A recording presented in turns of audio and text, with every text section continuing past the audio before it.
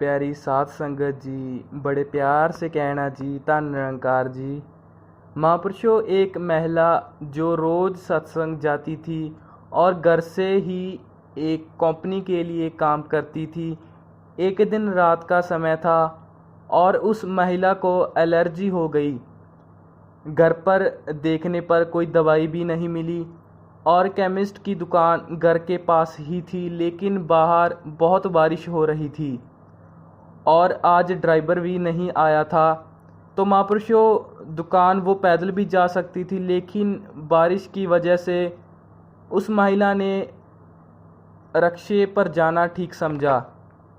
घर के पास एक मंदिर था और एक रिक्शे वाला मंदिर के बाहर भगवान से प्रार्थना कर रहा था।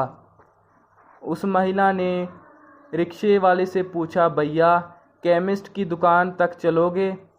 और उस रिक्शे वाले ने हाँ कहा। तो महिला रिक्शे पर बैठ गई। महापुरुषों, उस महिला ने देखा वो रिक्शे वाला रो रहा था और बीमार भी लग रहा था।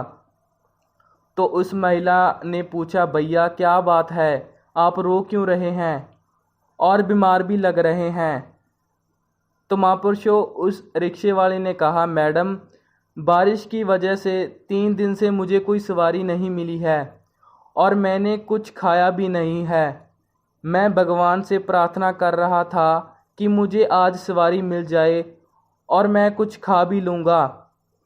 तो इतने में मुझे आप मिल गई और आपने मुझसे पूछ लिया।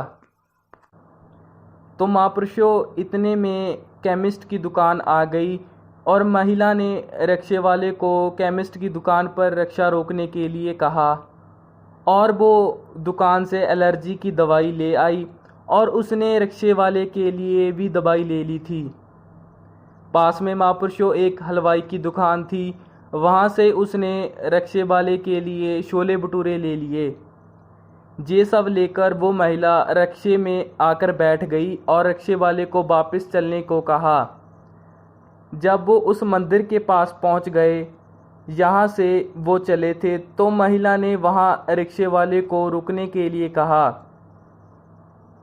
रिक्शा रुका और महिला ने उसे दवाई और खाने को दे दिया और कहा, भैया पहले आप ये खाना खा लेना और फिर दवाई भी ले लेना। महापुरुषों, उस रिक्शे वाले की आंखों में खुशी के आंसू थे और उसने कहा, मैडम आपको भगवान ने मेरे लिए भेजा होगा। मैं तो भगवान से 2 रोटी मांग रहा था, लेकिन भगवान ने खाने में छोले भटूरे भेज दिए। मैं 2-3 महीने से छोले भटूरे खाने की सोच रहा था, लेकिन इतने पैसे नहीं थे मेरे पास। वो महिला घर आई और सोचने लगी और भगवान को कहने लगी, हे भगवान, इतनी रात को क्या आपने मुझे भेजा था उस रिक्शे वाले की मदद करने के लिए?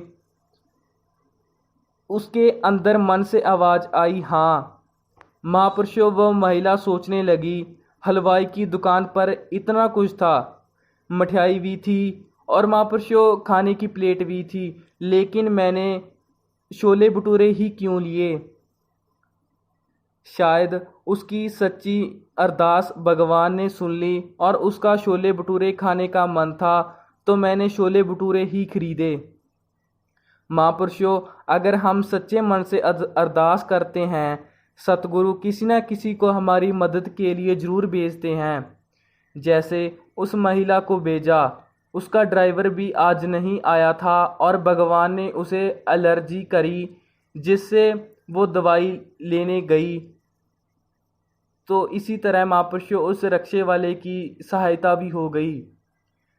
महापुरुषों, सच्चे मन से की अरदास हमेशा पूरी होती है। साध संगत जी, प्यार से कहना जी,